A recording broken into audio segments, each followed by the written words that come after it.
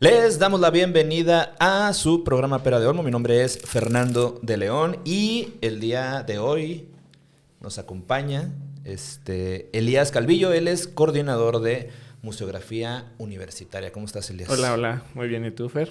Muy bien también. Oye, ¿qué es Museografía Universitaria? Pues es quien se encarga de la museografía en la universidad, básicamente.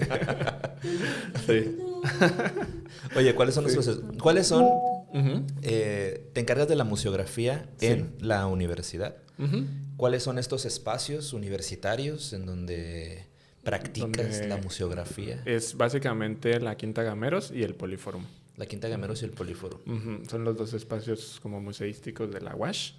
Y esos son los espacios donde pues coordino la parte de la museografía, específicamente las exposiciones y todo eso. Si tuvieras que escoger uno de los dos, ¿con cuál te quedas? Ay, qué baja pregunta, ¿eh?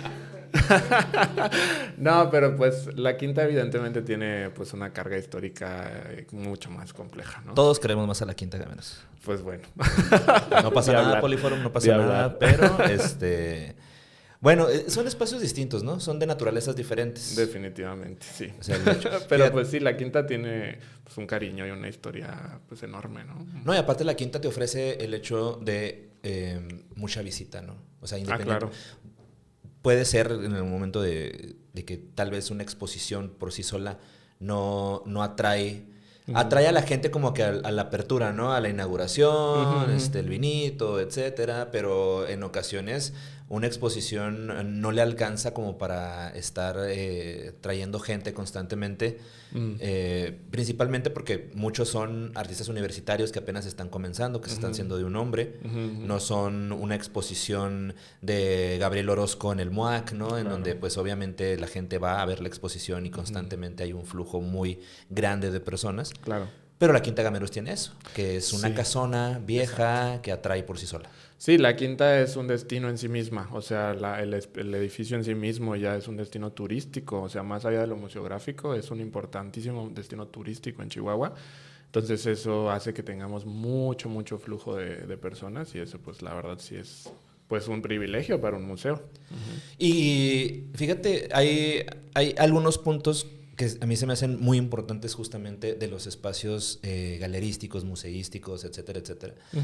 que tiene mucho que ver con el hecho de que en una escena joven de arte, que también tenemos como que la vieja escuela, ¿no? Pero esta escena joven que se Ujú. está tratando de abrir espacio, que está tratando de atraer gente, de crear públicos, etcétera, yo creo que se beneficia mucho de espacios como la Quinta Gameros. Ujú. Creo que pasa igual con otros lugares como Casa Chihuahua, que Ajá. no creo que pasa lo mismo con Casa Redonda, por el Claro. hecho de que es un espacio Pues está que, fue como fuera del circuito del centro para empezar, ¿no? bueno, desde ahí Sí. justamente, ¿no? Sí, Que es sí, un sí. gran espacio expositivo, Ujú. pero que no es un museo en sí, ¿no? Bueno, sí, tiene todo lo de los ferrocarriles, pero es un lugar pequeño incluso, Sí, ¿no? O sea, sí, no como es- que no tiene tanto foco a nivel turismo, ¿no? O sea, Ajá. la gente que viene a visitar Chihuahua quizá no es tan común que vaya ahí. Sí, exacto, o sea, eso se me hace muy padre de respecto a quienes exponen en la Quinta, sobre todo estos proyectos como de jóvenes, que un poco es el caballo de Troya cultural, ¿no? O sea, la gente va a Claro. ver los muebles por lo general y es como de... Pero también La puedes ver colección, una ¿qué? Colección Requena, ¿no? Ajá, pero también puedes ver una exposición de un chavo de la facultad o algo por el estilo. Oye, danos un dato curioso de la Quinta que nadie conozca. Ah, hijo, que nadie conozca. Bueno, que tal vez la gente sí lo conoce, ¿no? Pero que sea un Mm. dato curioso en el tiempo que has estado ahí. Mm, un dato curioso. Bueno, no sé si todo el mundo sepa, pero a mí me pareció muy peculiar darme cuenta que todos los tejados verdes son Ajá. oficinas. O sea, Ok, todo el techo de la Quinta Gameros Ajá. es donde trabajamos, quienes trabajamos en la Quinta Gameros, ¿no? en el techo. Ajá, o sea, esos tejados son, son cuartos, ¿no? Son Ajá. mansardas, les llaman, que son Ajá. unos espacios, pues eran habitaciones que están diseñados para aislar un poquito térmicamente la casa, Ujú. pero pues son cuartos, ¿no? Entonces es curioso darnos cuenta que ahí son oficinas. Mira, Sí, sí, vaya, sí. vaya, vaya. Oye, naces en Parral, Chihuahua. Sí, estoy de Parral. Naces en Parral, vienes a Chihuahua, te vas a México, Así es. estudias en la UNAM. Sí. ¿Qué tal estudiar en la UNAM? Pues está muy cool, o sea, creo que como todos, cuando estás dentro, luego no aprecias las cosas, ¿no? Y ya ahora que estoy fuera, aprecio muchas cosas que en su momento quizá no veía. Pero, pues sí, al final creo que sí fue una formación bastante interesante, obviamente con muy serios problemas, como todas las universidades. Este, pero, pues en general creo que sí me dio como oportunidad de trabajar con gente muy, muy interesante y aprender un chorro de cosas. Entonces, la verdad ¿Qué estudiaste? ¿Estudiaste la licenciatura y en estudiaste artes, una maestría? sí, estudié artes visuales y luego tiempo después estudié la maestría en diseño y comunicación visual. La maestría en diseño y comunicación visual. Sí, como que siempre estuve en un punto medio entre el arte y el diseño, curiosamente. Okay. Fíjate que yo creo que es algo muy natural y debería de serlo, ¿no? En la educación, en el mundo universitario, el hecho de estar fluctuando entre el diseño y el arte. Debería, claro. Sí. Sí, y al final yo creo que son dos disciplinas que sí son diferentes, ¿no? O sea, como que luego podemos caer en el error de pensar que en realidad son lo mismo y no son lo mismo. Exactamente. Eso es fundamental saberlo. Pero no quiere decir que no se compenetren muchísimo, ¿no? Y Totalmente. se enriquezcan y pues sí, se hagan más fuertes la una a la otra. Entonces, trabajar en ese punto medio para mí ha sido... Al principio, fíjate que siempre sentí que era una desventaja, ¿no? O sea, siempre me sentí un poco preocupado porque no estaba 100% como dentro de lo que yo creía que debía estar en el arte o de lo que te enseñan que debería ser, ¿no? Como en el circuito artístico, sí, como en el discurso, como en lo técnico, en como todo. en los espacios, en todo. Sí, como que, o sea, tú sabes que en un ambiente como de artes, a veces hay un rechazo hacia el diseño, ¿no? Hay como un... Desgraciados. Ajá, o sea, hay como pero es que eso es como ilustración, ¿no? Pero es que eso es como más diseño, o sea, como que hay algo que te hace sentir que no estás cumpliendo con Es como ilustración, el futuro de los pintores en el país. Ándale, entonces como que eso me hacía sentir como preocupado en algún momento, pero luego cuando ya salí de esa burbuja, que al final es eso, son burbujas como de ideologías, me di cuenta que era una gran ventaja precisamente porque tenía como otras perspectivas. Fíjate que a mí me pasó algo similar. Yo primero estudié diseño gráfico. Bueno, empecé estudiando diseño gráfico y terminé estudiando artes. Ok. Afortunadamente terminé las dos. O sea, Ok. Estudié diseño en Escograf, en paz descanse. y artes plásticas. Ajá. En aquel entonces Bellas Artes, ahora Facultad de Artes. Que también esta licenciatura en artes plásticas pues ya se está yendo. Y creo que justamente algo acertado que pasó en la Facultad de Artes fue el decir, hay que voltear hacia lo que está sucediendo, actualizar. Claro. Y terminamos con un programa, creo yo, muy competente, muy interesante, de artes visuales. Qué bueno. Todavía tenemos los alumnos que van saliendo de artes plásticas, ¿no? Que algunos dicen, maldita sea, porque no me esperé a este nuevo enfoque, este rediseño, esta nueva licenciatura, ¿no? Ok. Siempre pueden volver a entrar, ¿no? Entonces no pasa. Serán bienvenidas y bienvenidos. Oye, ¿y sí cambió mucho el programa? Totalmente. Bueno, a ver, sí cambió mucho. Se mantienen algunas bases importantes que nosotros creemos que son fundamentales para las artes visuales y las artes plásticas, cosas que tienen que ver con composición, con dibujo, con color, etcétera, ¿no? Pero yo creo que uno de los logros más importantes de este rediseño tiene que ver con la duración de la licenciatura. Okay. 5 años era la duración de la licenciatura en artes plásticas y en artes visuales lo redujimos a 4 años. Okay. ¿No? Que yo también creo que eso lo hace un poco más competitivo. Sí, siempre nos topamos con ideas renuentes, ¿no? Que quieren el cambio y dicen, ¿cómo es que no van a aprender? Si no aprenden a dibujar en 5 años, menos van a aprenderlo a hacer en 4. Pues es que, a ver, si no aprendes a dibujar en 5 años ni en 4, quiere decir que nunca vas a dibujar, ¿no? Entonces, claro. No tendrías por qué llegar a último semestre si no traes esas competencias, ¿no? Ojo, ahí. No, y aparte creo que una carrera nunca te da todo, ¿no? O sea, una carrera nunca es una garantía de que vas a aprender ni un título, ¿no? O sea, siempre es un contexto, o sobre todo en artes, me gusta verlo así, ¿no? Es como un contexto propicio para que ocurran cosas. Pero muchas veces si tú no haces que las cosas ocurran, por más que tengas el mejor plan de estudios y a los mejores profesores, no pasan, ¿no? Entonces, sí. Totalmente de acuerdo, ¿no? El hecho... a veces me sucede el entrar en pláticas, conversaciones, discusiones, en donde se habla acerca de del estudiante como cliente, ¿no? Y a mí como que, cada vez que escucho eso de que es que los estudiantes son nuestros clientes, ¿no? No son nuestros clientes, ¿no? O sea, son copartícipes de su trabajo, el que está, ellos están en un espacio en donde estamos compartiendo, en donde también ellos son responsables de su aprendizaje. Sí creo que es totalmente necesario brindar las herramientas, ¿no? Porque al final somos facilitadores. Okay. Y ayudamos a desarrollar habilidades que te ayudarán en un mundo profesional o no. Sí. Pero como cliente tal y de que no, es que el cliente siempre tiene la razón. No tiene la razón. No siempre, y menos hablando de educación y de estudiantes universitarios, ¿no? Creo que son los que menos tienen la razón en la vida, ¿no es cierto? No. Pero sí es necesario justamente esta reciprocidad en el aprendizaje, en el proceso enseñanza-aprendizaje, ¿no? En donde los docentes dan algo de lo que saben, en su conocimiento, etcétera, pero también el estudiante tiene la obligación de indagar y de preguntar, ¿no? No el hecho de que salgas de la clase y te vayas a un tutorial de YouTube, ¿no? Porque no aprendiste absolutamente nada, pero sí estando en la clase el hecho de cómo consigo esto, cómo sigo con esto y estar constantemente en búsqueda del conocimiento. Claro, sí, pues como que el concepto de cliente es muy problemático en muchos sentidos, ¿no? Totalmente. O sea, porque no es una compra-venta de algo, ¿no? O sea, la educación es un proceso mucho más complejo que eso. Entonces, es más... Yo lo veo más bien como objetivos de una institución. Y sí es el estudiante, el objetivo como inmediato, pero hay un objetivo como ulterior, que es la sociedad, sobre todo en las universidades, ¿no? Sí. O sea, sí trabajamos para los estudiantes, por supuesto, es como la meta, pero hay un objetivo más allá que es que trabajamos para una sociedad, ¿no? Sí, porque el producto de... Claro. Pues son personas que se van a meter a un mundo profesional, un mundo laboral, van a ser personas productivas. En arte podemos...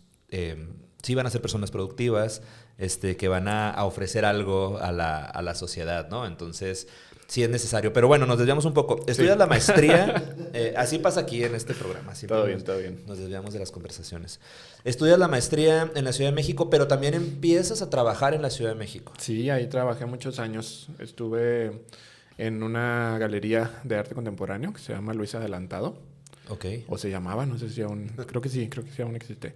Y estuve ahí 4 años como asistente de dirección. Entonces ahí me tocó... Realmente mi formación en museografía yo pienso que fue ahí, ¿no? En el trabajo. Sí, en la chamba, porque... Pues sí, o sea, mi formación académica fue para producción artística principalmente, ¿no? Ajá. Para investigación también y para algunas cuestiones teóricas, ¿no? Pero museografía propiamente hablando aprendí haciendo exposiciones, ¿no? Entonces ahí pues hacíamos muchas exposiciones. Ajá. Y como era un equipo muy chico, o sea, éramos 5 personas toda la galería, el director, 2 asistentes y 2 chicos de montaje. Ok. Entonces, todos los procesos pasaban como por todos, ¿no? Entonces ahí me tocó aprender mucho cómo se hace una exposición en todos los sentidos. Que yo creo que tienen mucha ventaja, ¿no? Bueno, tienen mucha ventaja un estudiante de la Ciudad de México o de tal vez Guadalajara o por ahí.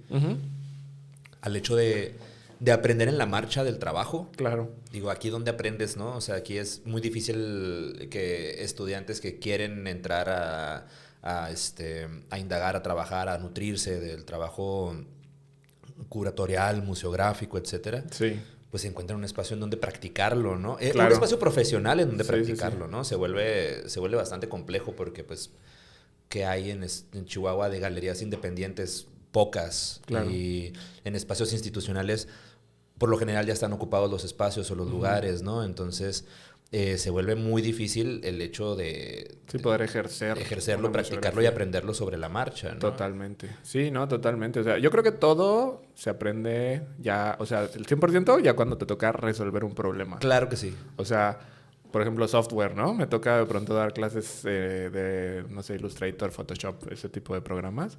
Y siempre les digo, chicos, es que hasta que no se topen, o sea, por más que yo les diga qué herramientas pueden usar o lo que sea, hasta que no se topen con el problema de resolver algo en concreto real, aprendes. Entonces, pues esa es una ventaja. La desventaja de haber aprendido de forma empírica es que sufrí mucho síndrome del impostor mucho tiempo, ¿sabes? Ajá. Porque como no estudié formalmente temas de museografía, como que sentía como de qué tal que lo estoy haciendo todo mal, ¿no? O sea, qué tal que en realidad así no se hace nada, ¿no? Y ya afortunadamente sí he tenido oportunidad como de tomar alguna formación al respecto. Y fue como de, no, no estaba tan mal, ¿sabes? O sea, como de Claro sí, que sí se hace sí, así. definitivamente. Yo creo que al final de cuentas, los que hemos llegado en algún punto a ejercer o hacer algunas cosas que tengan que ver con que una museografía por aquí, que una curaduría por allá, que una gestioncita por aquí, que por allá, somos impostores al principio. O sea, Mm, porque realmente son herramientas que creo que afortunadamente desde lo académico estamos tratando de corregir como para ujú, brindar otras herramientas distintas, para que los estudiantes puedan gestionar, puedan ujú, trabajar, no nada más produciendo su trabajo artístico, sino también puedan aplicar a becas y convocatorias, ujú. que es una manera muy... pues es una manera muy viable para comenzar Ujú, con tu trabajo artístico, ¿no? claro. Entonces, pues poco a poco vamos avanzando justamente en eso. Sí, y siento que se conecta muchísimo con lo que decíamos hace rato sobre cómo la carrera no te puede dar todo, ¿no? O sea, cómo en realidad hasta que no sales y te topas con la realidad, valga la redundancia, aprendes realmente, ¿no? Y también pensaba que eso también me hace pensar que es bien importante desde la educación plantear o replantear mucho cómo nuestros procesos académicos, que muchas veces son simulaciones, y enfocarlos más a proyectos reales, ¿no? Como que tenemos mucho miedo de Totalmente. salir al mundo real y hacer cosas reales cuando estamos en la carrera porque sentimos que no estamos listos. Y Ajá. esa sensación de no estar listo creo que es así un cáncer de la cultura, ¿sabes? Sobre todo Sí. en los jóvenes.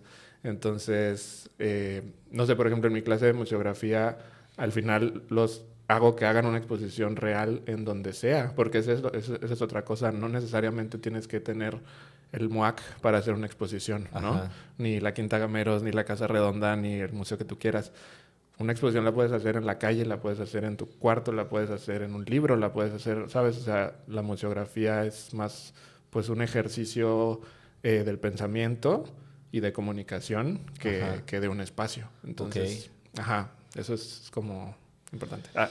No, y fíjate que das en el clavo muy acertadamente al momento del hecho de que estos procesos académicos tienen que estar encaminados hacia el mundo real. Y Claro, yo creo que uno de los grandes problemas es que hay una planta docente que no está en el mundo real. O sea, es claro, una es un planta docente que no problemón. sale de un aula Eso es un y que problemón, sí. no termina también de comprender los procesos y los mecanismos que Ujú, hay en diferentes... vamos a poner, por ejemplo, convocatorias o ujú, diferentes... y no nada más convocatorias, ¿no? Sino también procesos que existen afuera, tanto en el mercado laboral, que viene siendo en espacios culturales, ujú, en el gestionar, tal vez no nada más en el gestionar para mí, sino en el ujú, gestionar para alguien más, ujú. en el construir un proyecto, en el etcétera, etcétera, etcétera, ¿no? Claro, claro, Entonces, claro. se vuelve difícil porque Sí, tienes una planta docente que su pata de palo es esa, claro, no toda, obviamente, pero hay procesos que son importantes sí. y que se desconocen. ¿Por qué? Porque no ha existido la vivencia. Claro. Pero también, o sea, luego ya se pone bien denso porque es un problema sistémico, porque yo creo que el problema ahí, o un problema ya como quizá muy profundo, es que yo creo que estamos produciendo mucho más actores culturales de lo que nuestro sistema económico puede soportar, en el sentido de, o sea, la cantidad de artistas que egresan de X facultad en X ciudad en México es irreal respecto a un mercado, por ejemplo, del arte, ¿no? O sea, en Ajá. cuanto a realmente gente que compra o vende arte, entonces eso obliga a que tengamos todos, ¿no? Porque yo también estoy en ese barco, que acomodarnos en otros espacios y entonces de pronto vienen todos estos dilemas, ¿no? Ujú. Fíjate que justamente Alejandra Ordóñez, a la que le mando un saludo, ella muchas veces insiste en la pregunta que si realmente es bueno que estemos egresando a tantas personas, ¿no? Por el hecho justamente del espacio, del mercado, de la realidad laboral que puede existir. Sí. Y por otra parte también, pues al final de cuentas la misión de la universidad es esa. O sea, es el hecho de profesionalizar a las personas que desean profesionalizarse, ¿no? Claro. Y es como el video que circuló en TikTok, ¿no? No hace mucho. Bueno, que de seguro de vez en cuando lo han de sacar, ¿no? Que un vaso de agua y un título de derecho no se le niega a nadie. Justamente porque había una imagen con todos los graduados de derecho, no sé si era de la UNAM o algo así. Ajá. Y dices, wow, o sea, ¿en serio necesitamos tantos abogados en el mundo? No lo sé. Para eso existe el amparo, para darle trabajo a los abogados. Así es. Amigos abogados, les mando un saludo. Se les estima mucho. Pero justamente eso, ¿no? Yo creo, o sea, al final de cuentas, pues la misión de la universidad es justamente llevar la educación a todas las personas que deseen hacerlo, ¿no? Exacto. Pero sí llega un punto en el que ya fuera de la universidad, esto sistémico que hablas, es, bueno, cómo la universidad está cumpliendo con... Sí. Pero ¿y luego? Pero la sociedad, ¿qué onda? Ajá. O sea, yo creo que ahí mucho tiene que ver y que justo ahorita que estaba pensando en como lo que íbamos a hablar, como actores culturales, creo que estamos muy mal acostumbrados quizá a depender mucho de las instituciones, ¿no? Okay. O sea, somos como medio paternalistas en ese sentido, de justo estar como esperando llegar a esos lugares que sí son pocos, pero no, de pronto no nos damos cuenta que nosotros podemos abrir otros. O sea, y me refiero específicamente a la escena independiente, ¿no? O sea, siendo que urge, ¿no? Como más espacios independientes. O sea, me da mucho gusto ver que hay algunos pocos que ya están surgiendo y que ojalá así rezo porque les vaya muy bien. Pero yo creo que eso es como una buena reacción a esta problemática, ¿no? Como no esperarnos. Porque aparte estas instituciones oficiales además obedecen a intereses políticos y todos lo sabemos, ¿no? O sea, obedecen a instituciones gubernamentales, a lo que tú quieras.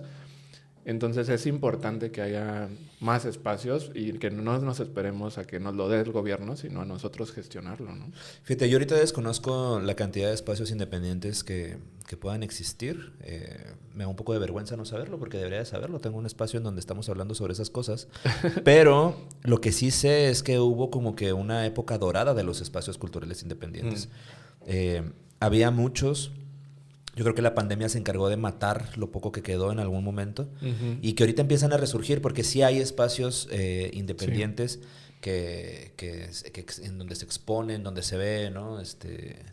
7 Firma, Panorama, Casa Alderete, Proyecciones en la 11.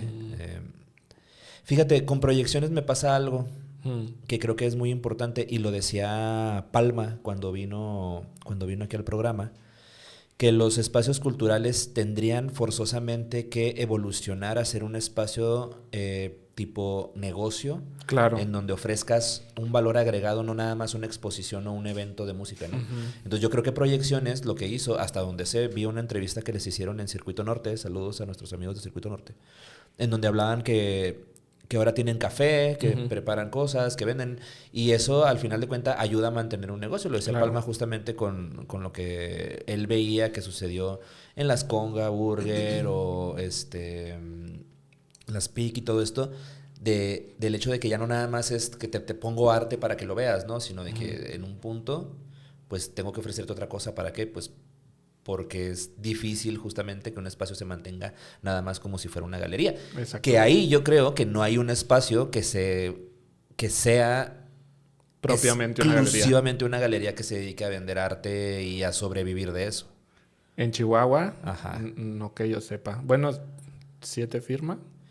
7 Firma tal vez, pero no sé si con la venta les alcance para rentar ese espacio que tiene el periférico de la juventud. Sí, no. Bueno, es un modelo diferente, pero... pero debe de haber otro ingreso, ¿no? Así como tradicional. Es que para tener una galería necesitas un mercado. O sea, necesitas un ecosistema de coleccionismo, que creo que es lo que haría falta en Chihuahua, ¿sabes? O sea, que hubiera realmente pues una red de gente que tenga la afición por coleccionar arte, que además es caro. Entonces estamos hablando de un estrato social alto Y lo curioso es que sí hay un estrato social alto. Hay Muy alto. Muy alto. O sea, en Chihuahua hay mucho dinero, se sabe. Sí. Pero no hay una costumbre de coleccionismo o no en Chihuahua, porque quizás los que hay no compran en Chihuahua. Ese No, el es que asunto. aparte y también el dinero no te da buen gusto, ¿no? O sea, no te creas. No te creas. La Saludos verdad. a mis amigos de clase alta que tienen buen gusto. Los cuales son pocos. Sí tengo amigos de clase alta. No, pero Creo. justo. O sea, Conocidos, pues.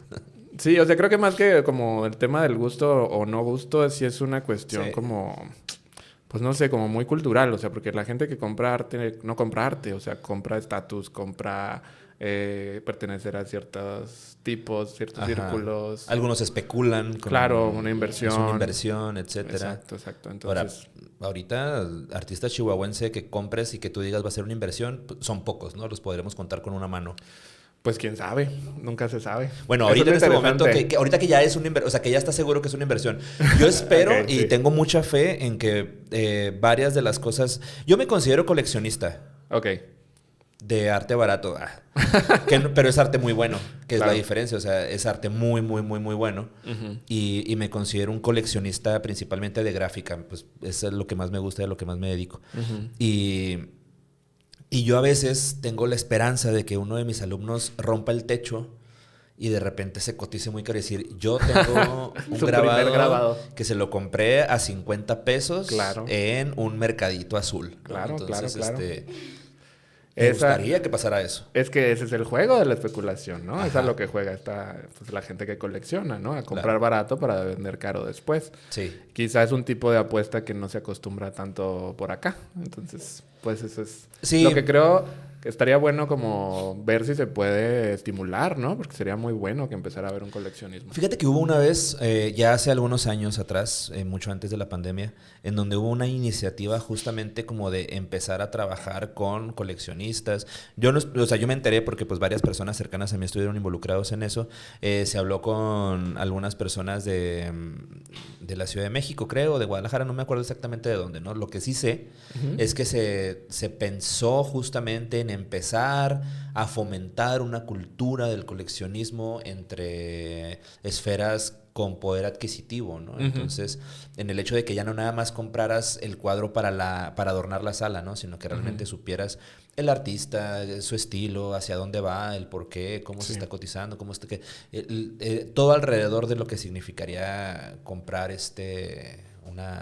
una pieza Claro. artística, ¿no? Creo que sería algo nuevo retomarlo en algún punto, ¿no? Sí, no, y también creo que viene de como cuestiones educativas, ¿no? O sea, con temas de... Por ejemplo, viviendo en la Ciudad de México, para mí fue muy peculiar darme cuenta que sí hay una relación muy distinta como con la cultura. No pasa nada. Aquí todo es en vivo. En vivo y en directo. Un saludo a Aceite. Gracias. Un saludo a Aceite. Gracias.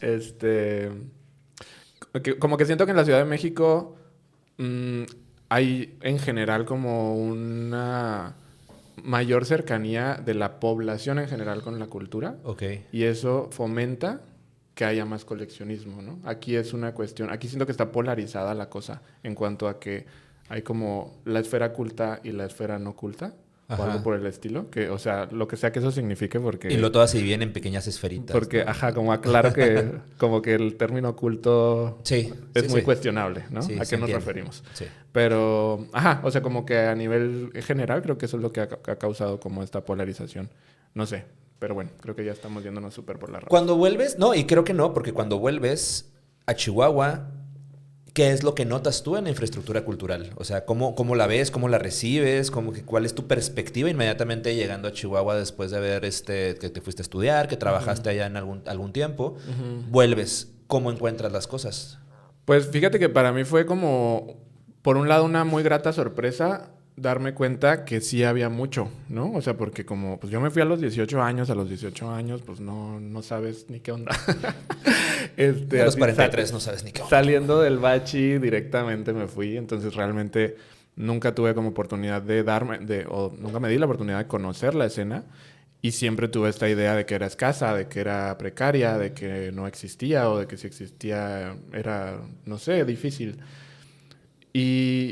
y Y no era tan así, o sea, sí era un prejuicio, ¿no? Sí era al final darme cuenta que hay una comunidad muy fuerte, que sí hay muchos espacios, que sí hay mucha necesidad, que sí hay...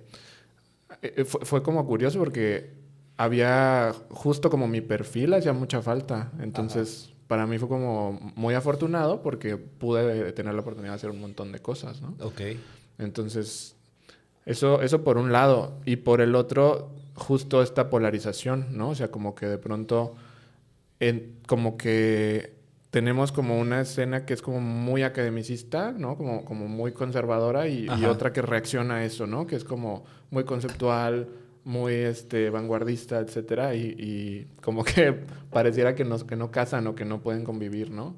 Y eso es como algo que me llamó mucho la atención. Spoiler alert, los dos están equivocados. Ajá, exacto. Totalmente. O sea, a mí me da mucha risa. Fíjate, a ver, yo en algún momento me identificaba con uno y luego con otro, y luego, porque va saltando, ¿no? Porque pues al final de cuentas los gustos te van orillando, ¿no? De que, me gusta mucho esto, me gusta mucho aquello, etcétera. Uh-huh. Llega un punto en el que dices, estás mal tú y tú. O sea, Sí, la manera fuck it. como estás percibiendo las cosas o la manera como estás tratando de imponer lo que crees Eso. o lo que sabes o etcétera. Pues no, o sea, porque al final de cuentas lo dice Muelas de Gallo, ¿no? Saber no es entender. Entonces, les falta justamente eso, ¿no? Les falta entender realmente lo que está sucediendo y cómo deberán de suceder las cosas. En el mundo académico pasa eso. Claro. Totalmente, ¿no? Es el hecho No, de y que... en el mundo, digamos, ¿cómo llamarlo? Conceptual, progre experimental también. O sea, hay una radicalidad en muchos casos.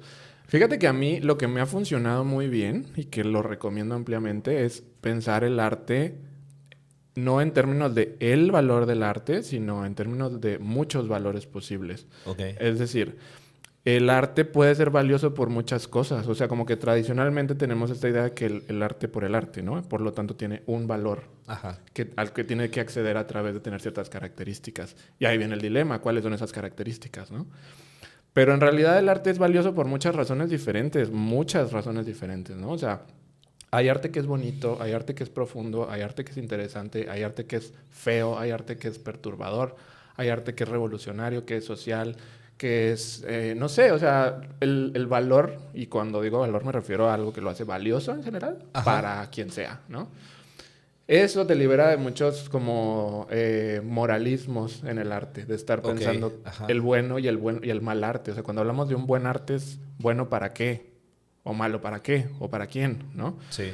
Entonces, en ese sentido, no quiere decir que no puedas tener como un criterio, pero entonces tienes muchos criterios, ¿no? Por los cuales poder decir, este proyecto vale la pena porque tiene esto y esto. O este proyecto no está funcionando porque tiene esto y esto y esto y esto. Y no lo descartas nada más porque no está dentro de un género. Dentro, ¿no?, de tus juicios de valor, estilísticamente está dentro de lo que tú aprecias o lo que tú te gusta. Puedes considerarlo totalmente decorativo y no pasa absolutamente nada. Exacto. Puede ser totalmente reflexivo y tampoco pasa absolutamente nada. O sea, qué bueno que provoque alguna de las dos cosas, ¿no? Porque hay un momento en el día en el que quieres llegar a sentarte y si tienes un cuadro enfrente en el cual nada más te pierdes y lo contemplas y te hace sentir a gusto, sin necesidad de reflexionar acerca de algo tan profundo, simplemente lo contemplas y ya. Eso es totalmente válido, ¿no? Exacto. Y es una parte fundamental también de las funciones del arte, como todas estas otras partes fundamentales que pueden abonar justamente al lenguaje artístico. Exacto, el arte tiene usos, ¿no? O sea, sí se usa para cosas. Definitivamente, o sea, sí se usa. La música tú la usas para bailar, para conocer gente, para lavar los trastes, para llorar, para llorar, claro, o sea, para convivir con tus amigos, lo que tú quieras, ¿no? Y el arte visual también, o sea, tiene usos y creo que es bien importante estudiar eso, o sea, tenemos que aprender cuáles son esos usos, porque pareciera que no queremos verlos, ¿no? Que no queremos estudiarlos como una realidad. Y es muy real, se usa, ¿no? Híjole, fíjate, estoy muy enojado. Estuve muy enojado. Porque no hace mucho me tocó accidentalmente estar en la grabación de un podcast. No estuve en la grabación no como tal, o sea, como invitado, sino que decidieron grabarlo en un lugar que frecuento mucho y invitaron ahí a algunos personajes de la música, ¿no? Entonces, uno de estos personajes de la música le preguntaban qué le recomiendas a las nuevas generaciones, ¿no? Y él contestaba, creo que era así algo de la pregunta, ¿no? O qué consejo darías, o algo por el estilo. No recuerdo exactamente la pregunta, pero sí recuerdo muy bien la respuesta. Porque lo que decía era algo así tipo que se den cuenta que el objetivo como artistas es entretener en esto de la música, ¿no? Y luego, bueno, chavo, pues por eso terminaste, por eso no trascendiste, por eso... Hijo, iba a decir el nombre de la banda, porque sí me sé el nombre de la banda de la persona en donde toca, de donde toca esta persona. Pero bueno, no lo voy a hacer, ¿por qué? Porque hoy estamos bien. Pues sí. Sí, pero total, me dio mucho coraje y justamente estaba esperando que él saliera para decirle, oye, No. qué miserable tu visión, o sea, ¿cómo es posible que creas que la única misión del artista o del arte es entretener? O sea, la música va más allá de eso, ¿no? O sea, no nada más es entretener, o sea... Claro. Me entretengo con un Lego, o sea, no... Me puedo entretener, me puedo emocionar, me puede extasiar. Hay muchísimas cosas alrededor de que no nada más es entretener. Habría que ver qué está entendiendo él por entretener, ¿no? De entrada. O sea, ¿qué es para él entretener? Pues para él es las masas que estén ahí coreando, etcétera. Pero lo hacen no nada más porque estén entretenidos, lo hacen porque están haciendo muchas están absortos cosas en algo sí. que por eso lo hacen, ¿no? O sea, el buen artista, y vamos a hablar de... O sea, me refiero al buen artista en términos musicales, ¿no? Así como que los que trascienden. Trascienden por algo, o sea, porque llegaron a tocar una fibra en algún punto de un grupo de personas que los pone en un espacio importantísimo y es justamente algo muy valioso dentro de esta construcción del artista, ¿no? Entonces, entretener, por Dios.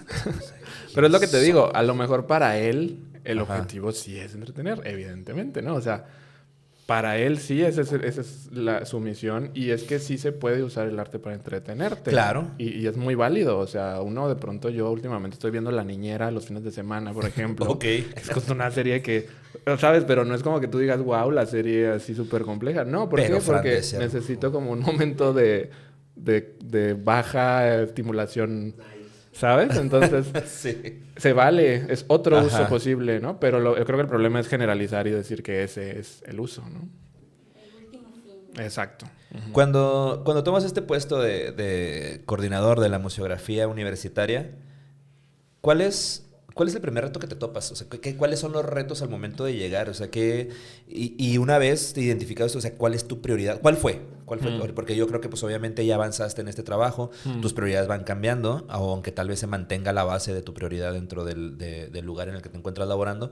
Pero ¿con qué te topas al momento de que llegas a este puesto?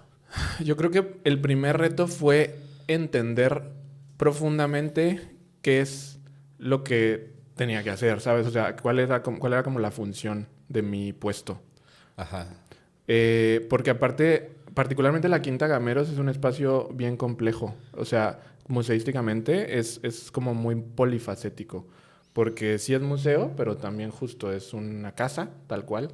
Sí. Es patrimonio histórico, es patrimonio artístico, es destino turístico, es foro, hacen obras de teatro, es presentaciones de libros, sesiones de fotos para quinceañeras, es decir, tiene muchos usos. Entonces de pronto es difícil como ver por dónde le llegas porque tiene como todos estos usos diferentes. Ajá. Y eso fue como muy complicado, ¿no? Como entender cómo me insertaba yo o hacia dónde operar, ¿no? Ok. También el registro y control de las colecciones, ¿no? O sea, fue como mucho de tratar de organizar la colección, tratar de entender qué había, tratar de clasificarla, ¿no? ¿Qué hay en la colección de la Quinta Gameros? Pues un montón de cosas. Sí. Son como 12. Bueno, a ver, ¿qué hay valioso en la colección de la Quinta Gameros? Hay muchas obras de Leandro Carrión, de Aarón Piñamora, ¿no? Como de estos como grandes muralistas. Ajá. Y en general sí hay como piezas de artistas como que han ido despegando en las últimas décadas, ¿no? Y que sí se han posicionado bastante. Entonces sí tenemos algunas piezas ahí interesantes. También hay cosas muy random, ¿no? O sea, de pronto también hay cosas que no sabemos ni de dónde salieron, ¿no? Porque no hay un registro además y es como de... manzana, y es una manzana, autor desconocido. Año desconocido, ¿sabes? Es como de, pues ¿Quién- no quién era de sabemos. las manzanas está... No, la manzana era una broma, perdón, ¿eh? perdón. No es real, no es real. Pensé que era Marta No, pero- Chapa o no sé cómo se llama la de las manzanas, que cuando yo estudiaba era el chiste, ¿no? De que, eres como esa señora. No sé si es... Tal vez ya le estoy inventando a una señora que se llama Marta Chapa. Pero bueno. No, pero justo como ha pasado por tantas administraciones y tantos procesos, pues de pronto como que no ha habido, no ha habido un proyecto de museo propiamente a lo largo de los años, ¿no? Y entonces eso ha generado que, pues, sea una cosa extraña. Ok. ¿Hay algo de artistas jóvenes Sí. que estén ahorita en el ámbito moviendo su trabajo en la colección de la Quinta Gameros? ¿Cómo llegas a estar en la colección de la Quinta Gameros? A través de de una exposición. ¿A través de una exposición? Sí, en general la costumbre que se había hecho es que O sea, cuando son de expones- esos espacios cuando que se roban una pieza. pues es una retribución, es una Ok. retribución. Y es opcional en realidad, ¿no? O bueno, al menos ahora es opcional, no sé Ok. antes. Pero sí, o sea, se exponía y tenías la posibilidad, o no sé si la obligación, yo quiero pensar que la posibilidad, de donar una obra a la colección. Entonces, a lo largo de los años, por eso se fue generando. Fue generando esa la colección. Y hoy en día sí se hace una retribución, pero hay 3 posibilidades. Puedes donar una obra, puedes hacer una activación, un taller, una conferencia. No, justo esas 2. Dar un taller o una conferencia. Son como Ok. esas 3 posibilidades. Entonces, pues algunos prefieren algunos prefieren las 3 cosas, ¿no? Y pasa, ¿no? Porque pues también les gusta la idea de estar, que es bueno para ellos estar en una colección importante, en una colección pública. Entonces, para muchos artistas es interesante donar. Ujú. ¿Y cómo calendarizas? ¿Cómo llega la gente? O sea, ¿cómo el artista joven o el artista no joven, el artista de Chihuahua, cómo Sí. llega a la Quinta de Gameros a exponer y tú cómo vas viendo los artistas, el trabajo, los dossiers, bla, bla, bla, etcétera? Entonces, ¿de qué manera, en qué momento del año empiezas? ¿En qué momento dices, creo que es momento de empezar a trabajar? ¿Cuánto tiempo adelante estás? Así diciendo, no, pues yo ahorita tengo 3 años calendarizados, o no sé. ¿Cómo haces ese proceso? Es a través de una convocatoria. Se saca una convocatoria. Pues es que realmente apenas acabo de cumplir un año ahí, entonces no tengo todavía perspectiva así de manera cíclica cómo va a ser, pero se saca una convocatoria ahora en diciembre y esa es como la forma más viable, ¿no? Para entrar a exponer. Hay un jurado evaluador a los cuales se les mandan todos los proyectos que aplican y se evalúan justo a través como de criterios específicos, ¿no? O sea, no es así como de elige el que tú quieras, sino bueno, los criterios son estos. Si hay una rúbrica. Exacto, hay una rúbrica que es la calidad técnica, la coherencia conceptual, la potencia expresiva que pueda tener el trabajo, la pertinencia, la relevancia social, es decir, una serie de cuestiones específicas con las cuales medimos, ¿no? A través de un jurado los proyectos más aptos para exponerse. Y es bien interesante porque el proceso de evaluación es muy meticuloso, o sea, como que hay como una serie de procesos muy cuidados para que sea lo más objetiva posible. Entonces, a través de eso se hace una selección de artistas que son los que se van calendarizando. Eso por una parte. Luego hay otro programa expositivo que es a partir de curadurías de la colección precisamente, que ya vienen esas, las emitimos nosotros, donde se genera una curaduría a partir de un tema en particular, ¿no? Por ejemplo, ahorita tenemos una sobre retrato, ¿no? El género del retrato, entonces se explora la colección, se hace una curaduría, se arma un discurso y se invita a artistas, sobre todo artistas jóvenes, a que participen también en esta exposición. Ok. Esa es otra. Y hay otra, digamos, que es directamente por invitación, que las exposiciones por invitación normalmente han sido por una justificación social fuerte. Es decir, proyectos que a lo mejor aplicaron a la convocatoria y por los criterios no quedaron, sin embargo tienen una razón social importante de estar ahí. Por ejemplo, ahorita tenemos una exposición de artistas sordos, ¿no? A partir de los criterios de la evaluación, pues el jurado no lo puntuó tan alto, sin embargo, como pertenece a una comunidad vulnerable, una comunidad importante, pues se invita directamente. Entonces ha habido varios proyectos de ese tipo donde más bien, bueno, quizá no entre en nuestros criterios, pero sí es importante para la sociedad que esto se vea. Entonces, esos son por invitación. Oye, fíjate que hemos platicado de convocatorias desde mucho tiempo, ¿no? No es nuevo de la temporada pasada hemos hablado y causa mucho revuelo, ¿no? Entonces, justamente porque hay mucha gente que se enoja porque no quedan las convocatorias. Simplemente, oye, tal vez no estás haciendo un buen proyecto para que quede en la convocatoria, ¿no? Pero me causa mucha risa, mucho morbo el leer a veces publicaciones y comentarios que tienen que ver con que siempre los mismos, siempre es Isaí. Tenía que mencionarlo. Esta temporada voy a tratar de mencionar a Isaí en cada uno de los programas porque lo queremos mucho y nos encanta su trabajo. Entonces, justamente el hecho de que siempre quedan los mismos, esto, bla, bla, bla, es que ya sabes que es amigo de no sé quién, que el amigo de... A veces simplemente es porque no armas un buen proyecto. O sea, al final de cuentas, creo que algo que sucede con muchos artistas emergentes, con artistas que van comenzando, es el hecho de batallar para articular muy bien un discurso que vaya a ser seleccionable. Porque una cosa, y incluso no quiere decir que tu trabajo esté malo. Simplemente se te olvidó poner algo o no desarrollaste bien un punto que es necesario si eres profesional. Claro. Creo que hubo... También creo que voy a mentir, ¿no? Pero creo que fue en alguna universidad y creo que fue la Veracruzana, en donde la directora o alguien dijo de que, pues es que si no eres capaz de leer bien una convocatoria, pues entonces no tienes la capacidad de ser universitario. De entrada, claro. De entrada. Y creo, porque he hablado con varias personas que se dedican a lo de las convocatorias, de que el primer filtro no es que hayas entregado todos los requisitos en forma, ¿no? Sí, y desde ahí te quitas... ¿A cuántos? 50%. El 50% que no supo leer una maldita convocatoria. Sí. O sea, es una realidad. O sea, la gente no sabe leer bien las convocatorias. Eso es lo primerito, ¿no? O sea, te piden que lo mandes en PDF y lo mandas en Word, ¿no? O te piden que mandes, no sé, tu currículum o tu portafolio y mandas tu currículum. Es decir, ¿sabes? Como ese tipo de cuestiones de entrada, pues sí. O sea, yo lo que pensaría es que, bueno, es una realidad que hay una... Identificación oficial y mandan la del Costco, ¿no? Es una realidad City Club peor tantito. Que hay un círculo artístico. O sea, eso es una realidad innegable. O sea, sí es cierto. Sí hay una serie de personas que se conocen entre sí, que suelen estar protagonizando la escena. Eso es verdad. Sí. Pero no es puro nepotismo, que sí hay. Claro que hay nepotismo. Claro que lo hay. Por supuesto. Pero también tiene mucho que ver con que esas personas están haciendo algo que probablemente quienes no han quedado no están haciendo. Es decir, seguramente simplemente el hecho de estar presente, de estarte conectando con esas personas que ya tuvieron esa experiencia, te da a ti la experiencia para mejorar tu proyecto, ¿no? Claro. También muchas veces es gente que ya intentó quedar 4, 5, 6 veces y a la séptima entró. Y encontró la fórmula también, ¿no? Exacto. Y inmediatamente se conecta con este medio.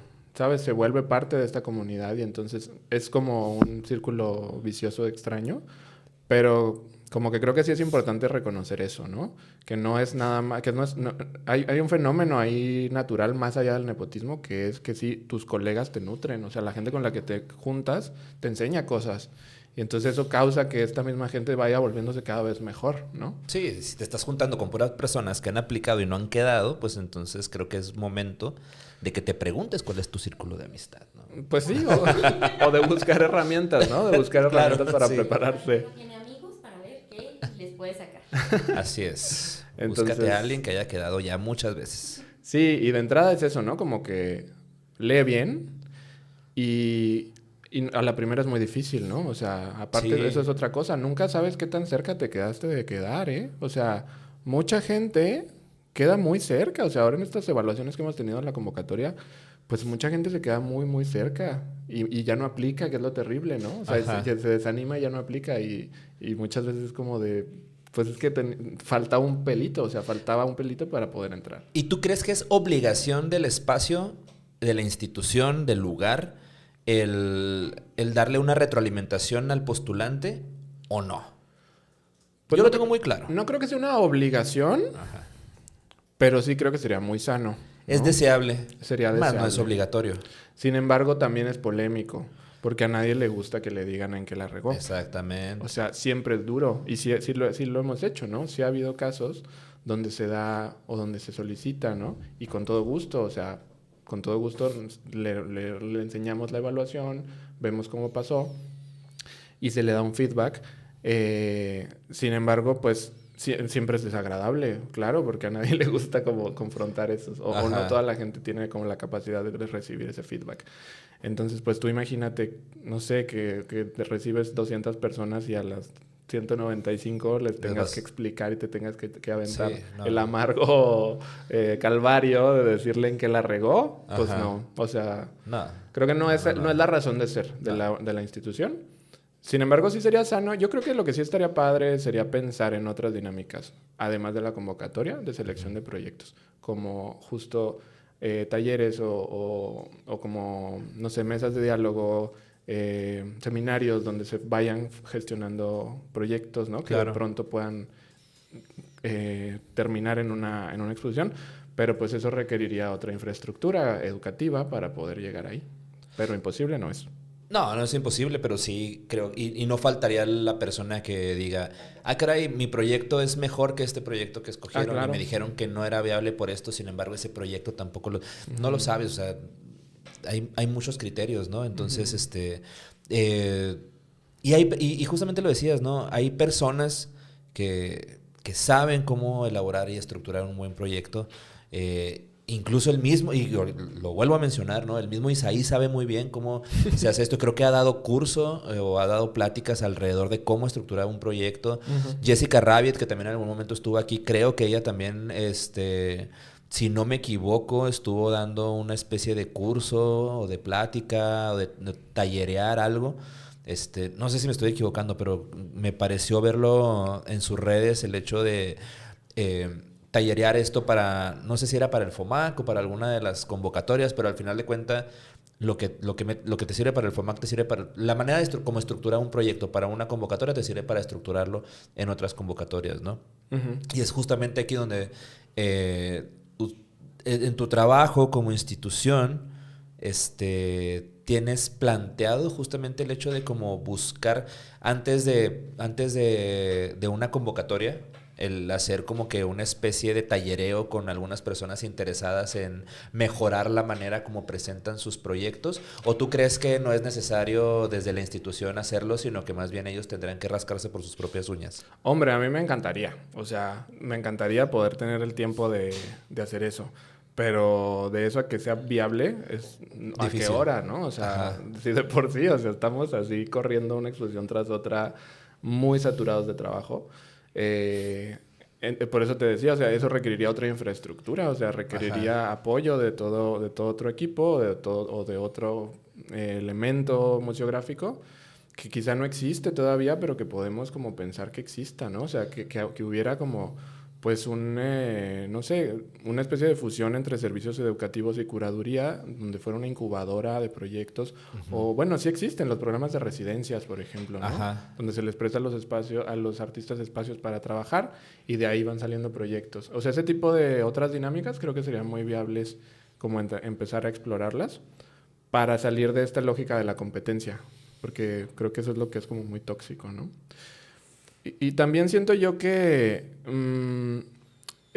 como este recelo que hay ¿La competencia es tóxica o la manera como se compite es tóxica? Bueno, yo creo que hay formas sanas de competencia. Creo que hay competencia que es sana, en el sentido de querer mejorar con la otra persona. Eso está muy bien. Pero sobre todo a nivel cultura, yo creo que es bien importante darnos cuenta que cuando al otro le va bien, a ti te va bien. O sea, si a tu compañero, si tu compañero de salón, por ejemplo, ¿no? Se gana una beca, eso es súper bueno para ti. Y la reacción normalmente viene como desde la envidia, ¿no? Quizá, o desde el recelo, ¿no? Sí. Pero es súper bueno para ti porque quiere decir que esa persona que ya está conectada contigo de alguna manera va a acceder a ciertos espacios, a ciertos circuitos, a ciertos, lo que tú quieras, que lo acerca a ti y tú vas a aprender de esa experiencia, vas a tener un referente de cómo se logró. Entonces, creo que en cultura urge como también fomentar mucho la colaboración y estudiar las dinámicas de colaboración posibles. Por ejemplo, los colectivos artísticos, ¿no? Son un ejemplo como bien interesante de cómo sí se puede como generar arte de manera colectiva. Y lo mismo en las instituciones, ¿no? O sea, como lograr tomarnos la mano y darnos cuenta que sí. O sea, es que si al museo de al lado le va terrible en una inauguración, eso es pésimo para mí. Sí. Es terrible. ¿Por qué? Porque se cae la escena, ¿no? O sea, la gente que va a su exposición es la gente que va a ir después a la mía. Entonces, si tiene una pésima experiencia, pues eso nos afecta a todos, ¿no? Entonces, como cultura estamos todos en el mismo barco. Exactamente. Por supuesto que hay lugares de privilegio, ¿no? Y que hay lugares, sí hay una competencia, ¿no? Pero creo que es muy sano cuando te das cuenta eso, ¿no? Que el beneficio del otro es tuyo. Y eso te libera de muchas polémicas. Fíjate que es un tema que también ha sido como que muy recurrente y el hecho, y lo hemos mencionado en muchas ocasiones, es un problema grande la falta de colaboración en muchos aspectos dentro de una esfera tan pequeña.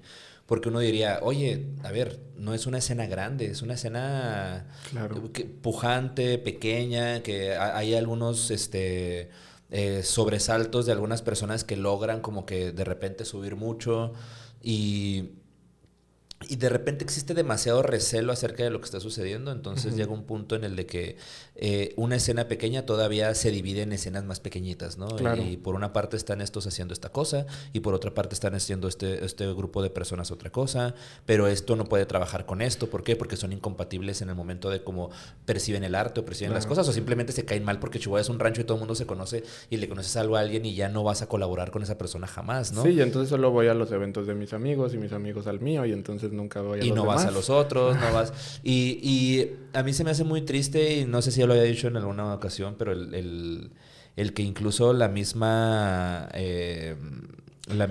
escena, la misma escena académica muchas veces no se acerca a las exposiciones de los estudiantes, y a mí se me hace muy importante hacerlo. No siempre se puede y estoy totalmente de acuerdo con eso. Sí. Pero desde ahí es donde se fomenta el hecho de poder ir a todas partes, ¿no? Incluso hasta ir a criticar, ¿no? Y decir, qué feo le quedó ese cuadro, aunque le haya quedado hermoso, ¿no? Pero ya hiciste presencia, ¿no? Ya apoyaste con tu presencia, ¿no? Y ya... ¿Por qué? Porque tú vas a llevar a alguien más y esa persona va a llevar a alguien más y esta pequeña escena se convierte en algo más. Pero yo creo que estamos con una visión muy pesimista, muy catastrófica, pero estamos muy lejos todavía de lograr conseguir eso. Hasta que algunas nuevas generaciones que yo las veo que son más colaborativas, creo que a partir de ahí es donde se va a empezar a lograr una cohesión más fuerte con respecto a cómo consumimos el arte. Sí, justo. Fíjate que... Perdón. Yo siento y espero no equivocarme que las nuevas generaciones se han curado de muchos de esos problemas, ¿no? O sea, sí veo... Tienen otros problemas graves, ¿no? Pero sí siento que tienen menos esta lógica de la competencia y esta lógica como de la escasez. Pues están más deconstruidos en general en cuanto a muchas cosas. En muchas cosas. Y eso les ayuda a tener mucha más apertura y mucho menos miedo. Sí, como que nosotros como crecimos con muchas expectativas que luego no existieron, ¿no? Que luego se derrumbaron. Entre nuestra generación creo que hubo mucho miedo y eso generó como mucho este ambiente bien erizo, ¿no? Sí. Y siento que las nuevas generaciones tienen más esa apertura a colaborar y ojalá que así sea. Sí, espero que... no tienen que ser amigos, o sea, nada más tienen que colaborar o trabajar juntos o respetar el trabajo del otro, o no sé. Pero bueno, que tú manejas una convocatoria en el espacio para exposiciones, en donde ya nos mencionas que por puros requisitos casi el 50% de los aspirantes no llegan al filtro final. ¿Qué le puedes recomendar a las personas que aplican a las convocatorias? Puede ser a la convocatoria de la Quinta Gameros, pero creo que son convocatorias muy similares cuando Abriendo Puertas, Quinta Gameros. Nada más ellos tienen convocatoria para exponer. Que yo sepa, sí. No sé si haya otros. Qué pobres los otros espacios, ¿eh? ¿Qué pasó ahí? No es cierto. No sé quién más tiene una convocatoria como para exponer, ninguno. Más que ICM. Pues también tiene Quinta mucho que ver el Gameros. tipo de espacio, supongo, ¿no? Por ejemplo, no sé, Casa Redonda, que quizá tiene una programación como con artistas de más trayectoria. No sé si funcionaría ahí. Bueno, no sé, una convocatoria, ajá, como para es que cada museo tiene como su función. Porque Ajá. lo cierto, por ejemplo, nuestra convocatoria está abierta a todo el mundo, literal. O sea, nos puede mandar una aplicación alguien de China y la vamos a evaluar.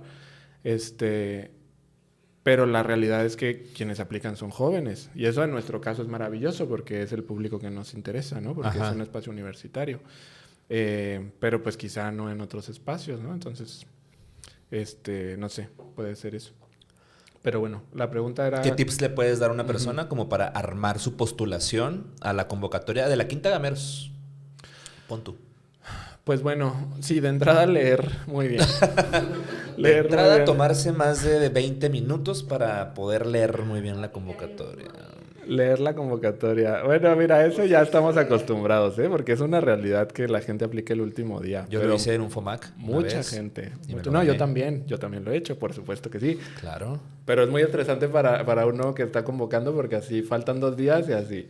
Desgraciados. 3, ¿no? Nadie va a entrar a la convocatoria o Ajá. qué. Y Ajá. luego el último día ya llegan 200, ¿no? No. Entonces como que te saca de onda. Pero es que creo que hay gente que realmente lee la convocatoria el último día. Y Sí, creo que también. desde ahí viene la falta de comprensión, que estás leyendo Claro. a gorro y Claro. estás mandando lo que se puede. entiendas. Ajá. Sí. Sí, de entrada, ¿no?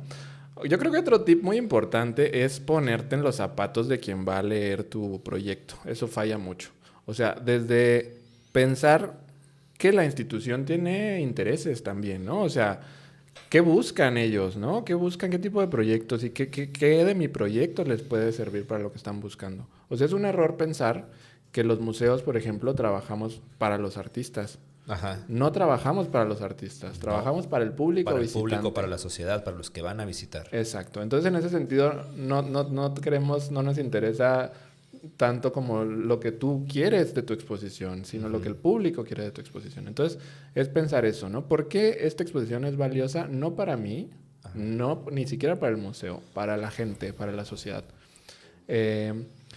Otra cosa que creo que es bien clave, pues es cuidar el diseño, ¿no? El diseño muchas veces está muy descuidado, o sea, desde la tipografía que usas, si tiene portada o no tiene portada, si las imágenes que estén bien tomadas, buenas fotos, ¿no? No poner imágenes así, usar...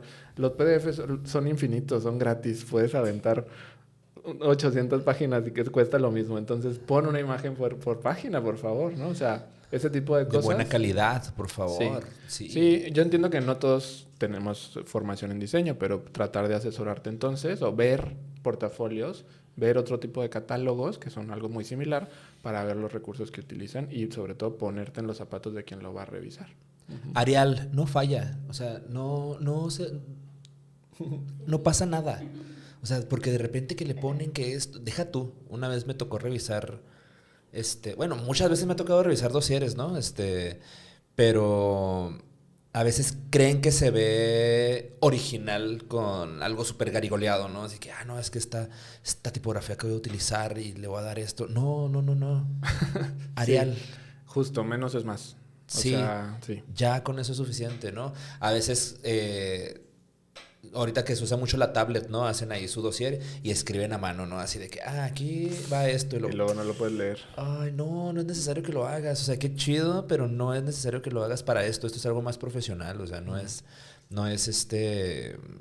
iba a decir algo escolar, ¿no? Pero ni siquiera en la escuela debería haber eso. Debería ser mejor y más... Sí. Si nos pusiéramos firmes desde ahí. Sí, yo creo que es eso, es profesionalizarse. O sea, también hace mucha falta eso como artistas. Sí somos artistas, pero también somos profesionales, ¿no? Y qué caracteriza a un artista profesional. Entonces trata de proyectar ese profesionalismo en todo lo que haces y sobre todo en una aplicación o una convocatoria. Claro, bájenlo de Canva, no pasa nada. O sea, si bajan un formato de presentación en Canva, va a traer una buena tipografía y va a tener más o menos una buena distribución de los elementos. Y no los vamos a descalificar por eso, creo. Ajá, claro que no. O sea, no pasa absolutamente nada. Bueno, ¿qué más? No, pues yo creo Eso. que básicamente, ¿no? Buenas imágenes. Sí, pues obviamente que el proyecto sea coherente, ¿no? Pero eso ya entraría mucho en tallerear un proyecto artístico en sí mismo, ¿no? No tanto en la aplicación. Pero pues sí, hay que entender eso. ¿Cuál es el objetivo de la institución para tú poder entender si tu proyecto entra o no entra? O sea, si tu proyecto no tiene una razón de ser en realidad, sino que simplemente, pues no sé, tú y tus colegas decidieron pintar porque quieren, bueno, eso es muy valioso para una comunidad, sin duda. Pero ¿por qué eso sería valioso para la sociedad? Esa es la pregunta clave. Tengo una pregunta. Cuando mis alumnos se enteraron que venías, me mandaron preguntas. No es cierto. Pero sí, hay una pregunta muy recurrente entre mis estudiantes y que pasa en las convocatorias, y me gustaría que lo explicaras un poco. ¿A qué se refieren con que el proyecto tiene que ser pertinente? Porque muchas veces es que, ¿cómo mi proyecto es pertinente? ¿Por qué? O sea, pues es pertinente porque lo estoy haciendo y es importante, pero ¿por qué? O sea, ustedes como creadores de convocatorias, ¿qué le puedes, o sea, cómo le puedes explicar a un postulante la pertinencia de su proyecto? Bueno, la pertinencia es un poquito un término paraguas para abarcar muchas cosas, ¿no?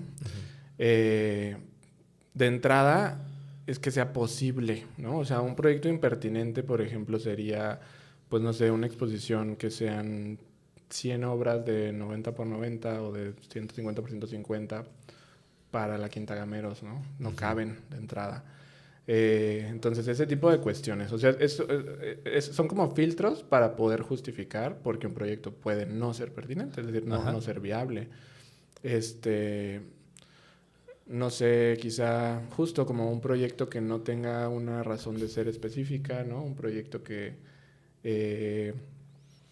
ponga en riesgo al usuario, ¿no? Al visitante o al inmueble. O sea, realmente la pertinencia, o sea, yo les diría, no se preocupen por eso. O sea, si es como algo que les causa ruido, no se preocupen por eso. Lo más probable es que su proyecto sea pertinente porque es viable, ¿no? Es que es viable. Ajá.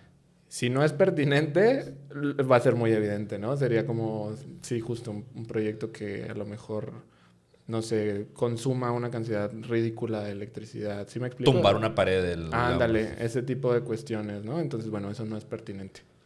Ok. Sí, fíjate, porque sí algunos estudiantes cuando están desarrollando un proyecto hablan mucho acerca de la pertinencia, ¿no? Y dicen, ¿cómo puede ser pertinente o no? Y muchas veces también con este otro aspecto que tiene que ver con un impacto en la sociedad. Se preguntan cómo mi proyecto puede impactar si lo que estoy haciendo es pintando flores o pintando eso. O sea, ¿de qué manera impacta? ¿De qué manera justifico que mi proyecto sí tenga un impacto en la sociedad? Híjole, esa ha sido una pregunta bien densa. Sí. Creo que aquí es clave saber, o de entrada, que no es, o sea... No necesariamente se trata de que sean proyectos, por ejemplo, que hablen de problemáticas sociales, porque muchas veces se puede ir por ahí la cosa, ¿no? Ajá, justamente. Es que mi trabajo no habla del cuidado del medio ambiente, de la pobreza, de la de violencia, esto, no habla de esas cosas, ¿no? Habla de mis sueños, por decir algo, ¿no? Eso no quiere decir que no sea justificable o que no sea valioso, porque también los valores estéticos son valores, ¿no? O sea, también eso es beneficioso para la sociedad. Simplemente el plantear un proyecto que estéticamente explora un lenguaje que no se ha explorado o que abona algo, eso ya es valioso para la sociedad, ¿sí? Entonces, en aquellos proyectos que no tienen un fundamento social político explícito, ¿no? Mi recomendación es explorar también desde el punto de vista artístico cómo abonas a esa discusión. Claro. Eso es muy valioso para la sociedad, ¿no? O sea, si yo estoy explorando un tipo de abstracción que reflexiona sobre los sueños, por decir alguna cuestión, ¿no? ¿Por qué eso es valioso para la sociedad? Pues porque todos tenemos sueños, ¿no? O sea, todos tenemos esa experiencia y en la medida en la que tu proyecto me permita aproximarme de una manera diferente a esa experiencia propia, va a ser valioso. Y eso, si es aplicable a todos, eso va a justificar tu proyecto. Ajá. ¿Sí? Por el contrario, ¿no? Un proyecto que dijera, no sé, pues es que se murió mi perrito. Y entonces es un homenaje a mi perrito y son pinturas de mi perrito. Bueno, eso es valioso para ti, mucho, y eso no está en juego, ¿no? Eso no es cuestionable. Pero ¿por qué eso sería importante para alguien que no conoció a tu perrito? ¿Sí me explico? Ahí es donde ya no hay una justificación social, es una justificación personal. Entonces, es como eso. Sí.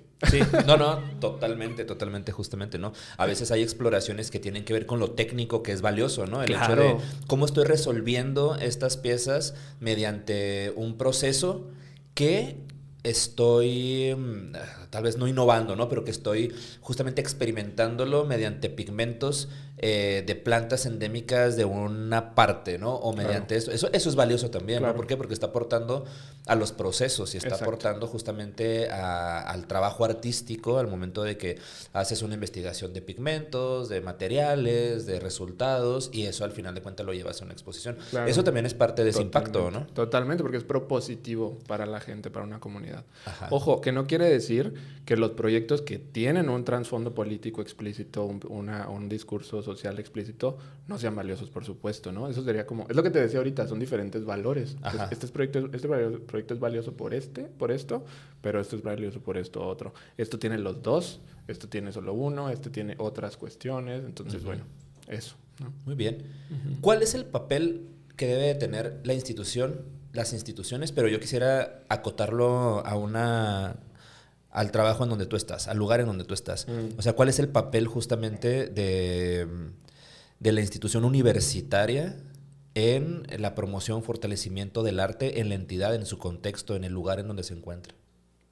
Pues mira, yo creo que de entrada es brindar espacios para una pluralidad de discursos. Eso es algo que para mí es prioritario, ¿no? Okay. Que sean espacios donde cualquier tipo de discurso que sea justo valioso para una comunidad, que es la comunidad de la ciudad de Chihuahua, tengan un lugar, ¿no? Ser espacios de encuentro, ser espacios educativos, ¿no? Donde se puedan generar actividades, donde se aprenda sobre estas cuestiones. Básicamente, ¿no? Como pues es brindar los medios. Al final no tenemos como la posibilidad de cambiar directamente a la sociedad, ¿no? No se puede, no podemos, pero sí brindar los espacios para que se usen.